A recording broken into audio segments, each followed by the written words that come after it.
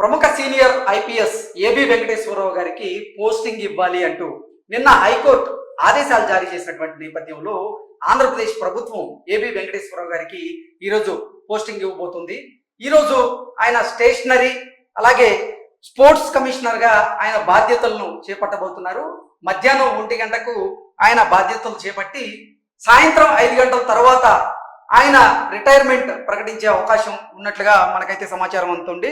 నేటి సాయంత్రం రిటైర్ అవుతున్న ఏబి వెంకటేశ్వరరావు గారు 5 ఏళ్లుగా ఏబి వెంకటేశ్వరరావు గారిని సస్పెన్షన్ లోనే ఉంచిన జగన్మోహన్ రెడ్డి ప్రభుత్వం ఎటకేలకు ఈరోజు ఆయనకి పోస్టింగ్ ఇవ్వడం జరుగుతుంది. గతంలో ఏదైతే శాఖ నుంచి ఆయన సస్పెన్షన్ గురయ్యారో అదే శాఖలో ఈరోజు ఆయన పోస్టింగ్ ఇవ్వబోతున్నారు.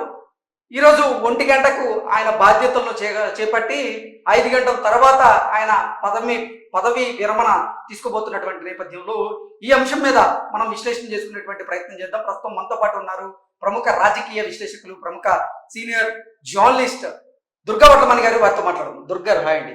హాయ్ మా. ఎట్టకేలకు ఏబి వెంకటేశ్వరరావు గారి మీద ఉన్నటువంటి సస్పెన్షన్ ని ఎత్తివేసి ఆయనకి ఈరోజు పోస్టింగ్ ఇవ్వబోతున్నారు. గతంలో ఏదైతే శాఖలో ఆయన పనిచేశారో అదే శాఖలో ఆయనకి ఈరోజు పోస్టింగ్ ఇవ్వబోతున్నారు. మధ్యాహ్నం 1 గంట తర్వాత ఆయన బాధ్యతలు స్వీకరించబోతున్నారని, 5 గంటల తర్వాత ఆయన రిటైర్ అయ్యే అవకాశం ఉంది అంటూ మనకు సమాచారం అయితే అందుతుంది. దీని మీద మీ విశ్లేషణ? అంటే ఎట్టకేలకు 5 ఏళ్ళు ఆయన సస్పెన్షన్ లో ఉంచిన జగన్మోహన్ రెడ్డి ప్రభుత్వం ఆయన ఇంత పోరాటం చేస్తే 2 సార్లు క్యాట్ ఆయన మీద ఇది ఎత్తేస్తే కూడా వాళ్ళు వినలేదు. నిన్న హైకోర్టు ఘాటు వ్యాఖ్యలు చేయడంతో నిన్న ఆయన సిఎస్ జవహర్ రెడ్డిని కలిశారు. ఇంకా తప్పనిసరి పరిస్థితుల్లో ఇవాళ వారికి ప్రింటింగ్, స్టేషనరీ, స్పోర్ట్స్ కమిషనర్ గా వారిని నియమిస్తున్నారు. గతంలో కూడా వారు ఇదే దాంట్లో ఉన్నారు, వారు ఇదే పొజిషన్ లో. కాకపోతే ఏంటంటే ఇప్పుడు ఏబి వెంకటేశ్వరరావు గారు సంతోషించాల్సిన విషయం ఏంటంటే ఆయన సస్పెన్షన్ అయిన ఒక అధికారిగా కాకుండా ఈ రోజు ఆయన మళ్ళా కాకి బట్టలు వేసుకుని మళ్ళా అదే కమిషనర్ గా ఆయన రిటైర్ అవ్వబోతున్నారు. కాబట్టి అది వారికి మానసికంగా చాలా బలాన్ని ఇస్తుంది. అదే విధంగా ఇవాళ వారు రిటైర్ అయిపోవచ్చు. 1 గంటకి వారు మళ్ళా ఇవాళ పదవిలోకి వచ్చి మళ్ళీ 4 తర్వాత మేబీ 5ంటికి వారు రిటైర్ కావచ్చు. కానీ కొత్త ప్రభుత్వం కనుక వస్తే, ఒకవేళ మళ్ళా జగన్మోహన్ రెడ్డి ప్రభుత్వం రాకుండా తెలుగుదేశం కూటమి వస్తే మాత్రం వారికి ఖచ్చితంగా ఏదైనా పోస్ట్ ఇచ్చే అవకాశం అయితే ఉంటుంది. అంటే ఏబి వెంకటేశ్వర గారి పదవీ కాలం ఈ రోజుతో పూర్తి కాబోతోంది, మే 31తో. అయితే మీరు చెప్పినట్లుగా ఆంధ్రప్రదేశ్లో గనక అధికార మార్పిడి జరిగితే ఏబి వెంకటేశ్వర గారు కోల్పోయినటువంటి 5 సంవత్సరాల పదవీ కాలాన్ని మళ్ళీ తిరిగి ఆయన పొందగలరా? అవకాశం ఉందా? ఆ పరిస్థితులు ఉన్నాయా అంటే ఏం చెప్తారు?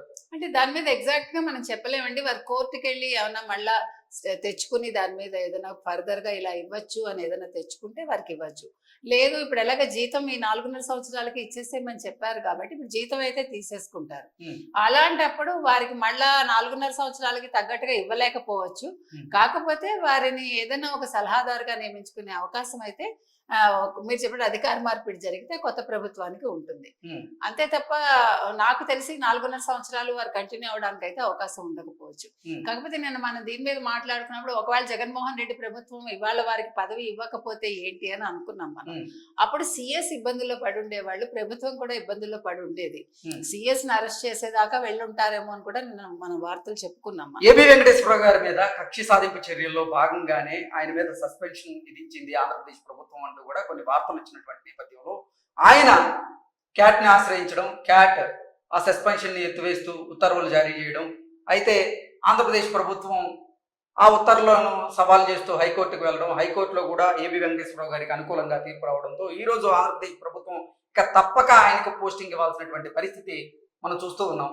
సో ఈరోజు సేమ్ అదే శాఖలో, గతంలో ఏ శాఖలో ఉండి ఆయన సస్పెండ్ అయ్యారో అదే శాఖలో ఈరోజు మళ్ళీ బాధ్యతలు ఆయన స్వీకరించడం అసలు ఏంటి, ఎలా అనిపిస్తుంది? అదే చెప్తున్నాను, అంటే తొందరపడింది ప్రభుత్వం, అయితే తొందరపడిందండి. ఇప్పుడు ఒక వ్యక్తి మీద మనం కక్షలు పెట్టుకోవటం ఏంటి, అతని అధికారి అంతే. జగన్మోహన్ రెడ్డి ప్రభుత్వం అంత వరకు వెళ్ళక్కర్లేదు. ఇప్పుడు ఆయన పెగాసిస్ పరికరాల కొనుగోలు ఏదైతే ఉందో ఆయన అది చేశాడు వాళ్ళ కొడుకు దగ్గర ఏదో అట్లాంటి ఒక అనుమానంతో జగన్మోహన్ రెడ్డి లాంటి వాళ్ళు కక్ష పెట్టుకుని ఆయన సస్పెండ్ చేసి, మీరు చెప్పినట్టు క్యాట్ 2 సార్లు సస్పెన్షన్ ఎత్తేసినా కూడా ఇవ్వకపోవటం, దీని మీద చూస్తే అంటే ఆయన వాళ్ళు భయపడ్డారా వెంకటేశ్వరరావు గారికి మనకు అర్థం కావట్లే. నిజంగా మన ఎన్నికల టైంలో వారు ఉండుంటే ఈ ఆఫ్టర్ ఎలక్షన్స్ ఏదైతే ఉన్నాయో అల్లర్లు జరిగి ఉండకపోవచ్చు. ఉమ్, ఎందుకంటే ఆయన స్ట్రిక్ట్ ఆఫీసర్ గా ఒక పేరు ఉంది కాబట్టి ఉమ్. ఇవన్నీ దృష్టిలో పెట్టుకుని ఈయన వస్తే మనకి ఇబ్బంది అవుతుంది అని అసలు ఏబి వెంకటేశ్వరరావు గారి మీద జగన్మోహన్ రెడ్డి గాని ఆంధ్రప్రదేశ్ ప్రభుత్వం గాని ఎందుకు కక్ష సాధిస్తుంది, ఎందుకు ఆయన మీద సస్పెన్షన్ ని వేసింది, అసలు కారణాలు ఏంటి అంటే ఏం చెప్తారు? అదే ఆయన తెలుగుదేశం ప్రభుత్వానికి ఏదో అనుకూలంగా ప్రవర్తించారు, ఉమ్, జగన్మోహన్ రెడ్డిని ఇబ్బంది పెట్టడానికి ప్రయత్నించారు అనేది కూడా ఉందండి ఉమ్, గతంలో. అంటే ఆయన 2019 లో రాకముందు. ఓకే. కాబట్టి ఆయన ముఖ్యమంత్రి కాకుండా ఈయన అడ్డుకోవడానికి ప్రయత్నించారు అనే ఒక ఆరోపణలు కూడా ఉన్నాయి. ఉమ్, సరే, ఇవన్నీ ఎలా ఉన్నా అంటే వాటి మీద సరైన ఆధారాలు ఉండి ఉండకపోవచ్చు. ఉమ్, కానీ జగన్మోహన్ రెడ్డి లాంటి వాళ్ళు ఏంటంటే ఒక కక్ష పెట్టుకుంటే ఆయన ఎంత దూరమైనా వెళ్తారు. దానివల్ల ఇప్పుడు ఆయన వ్యక్తిగతంగా ఆయన కూడా ఏముంది ఇందులో, ఉమ్, ఆయన పరువు ఆయన తీసుకున్నట్టే. ఇప్పుడు వెంకటేశ్వరరావు గారే నెగ్గినట్టు కదా చూసుకుంటే మనం. ఉమ్, క్యాట్ ఆయన సస్పెన్షన్ ఎత్తేసింది, ఉమ్, వీళ్ళు కోర్టుకు వెళ్ళి ప్రజాధనం వాళ్ళు వేస్ట్ చేసినట్టు. ఓకే. నిన్న వ్యాఖ్యలు అయితే ఏం చేసింది హైకోర్టు, ఆయన పోస్టింగ్ ఇమ్మంది. ఓకే.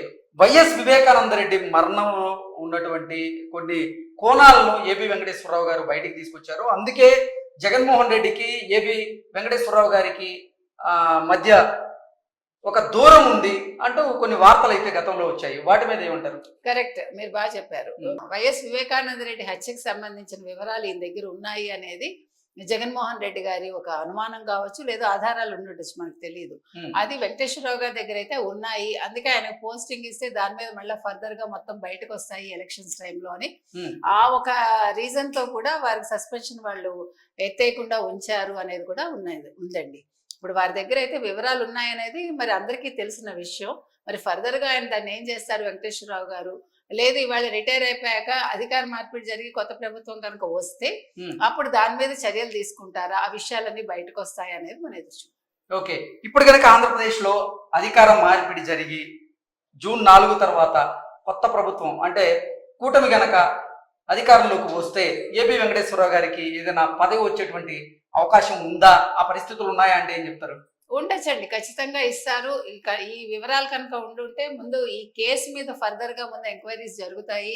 తొందరలో వాళ్ళు ఎవరు చేశారు ఈ హత్య అనే దాన్ని పట్టుకుని ఆ దోషుల్ని బయటకు తీసుకొచ్చే అవకాశం అయితే ఉంటుంది. ఆ విషయంలో వెంకటేశ్వరరావు గారు కూడా చాలా చురుగ్గా తన పాత్రను తను నిర్వహిస్తారని మనం చెప్పుకోవచ్చు. ఏదేమైనా వెంకటేశ్వరరావు గారికి ఇవాళ రిటైర్మెంట్ రోజు ఒక మంచి తీర్పు వచ్చింది ఆయనకి. ఆంధ్రప్రదేశ్ ప్రభుత్వం దిగొచ్చి వారికి పోస్టింగ్ ఇవ్వటం అనేది వారి విజయంగా వారు భావించవచ్చు. ఓకే అండి, థ్యాంక్ యూ సో మచ్.